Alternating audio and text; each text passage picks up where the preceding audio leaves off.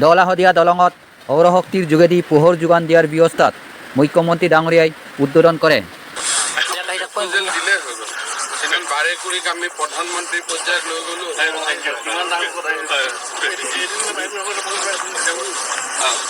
বাৰেকুৰি ইমান সন্মান কেতিয়া পাইছে? বন্তি জ্বলোৱাৰ আজি এটা শুভ দিন। এই শুভ দিনটোতে ধলা শদিয়া ডক্টৰ ভূপেন হাজৰিকা সেতুখনত আমি পোহৰেৰে উজ্জীৱিত কৰাৰ এটা আঁচনিৰ শুভ উদ্বোধন কৰিছোঁ। এই আঁচনিটোৰ জৰিয়তে ধলা শদিয়া ব্ৰিজখনত সদায় গধূলি লাইট জ্বলিব, পোহৰ আহিব। কিন্তু ইয়াৰ বিশেষত্ব হ'ল যে এই লাইট বা পোহৰ ইলেক্ট্ৰিচিটি বৰ্ডৰ পৰা নাহে। ধলা শদিয়া দলঙৰ সমীপত আমি 700 কিলোৱাট সৌৰ শক্তি উৎপাদন কৰিছোঁ।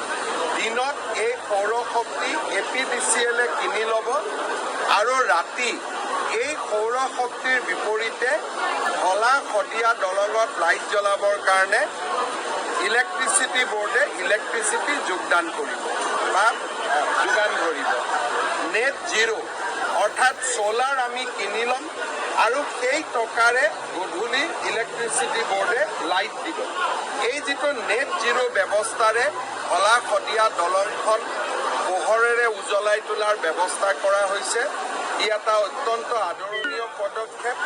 আমাৰ গ্ৰীণ পাৱাৰৰো উৎপাদন কৰিব আৰু তাৰ লগে লগে ৰাইজকো আলোকৰ সুবিধা দিব। এই গোটেই প্ৰকল্পটোৰ বাবে বহু দিনৰ পৰা সাংসদ প্ৰদান বৰুৱা, বিধায়ক বলিন চেতিয়াই প্ৰয়াস কৰি আছিল। আজি এটা প্ৰাপ্তিৰ দিন। মই এই প্ৰাপ্তিৰ দিনটোত শদিয়াবাসী আৰু ধলা শদিয়াবাসী ৰাইজক আৰু উজনি অসমৰ ৰাইজক, অসমবাসী ৰাইজক অভিনন্দন জনাইছোঁ।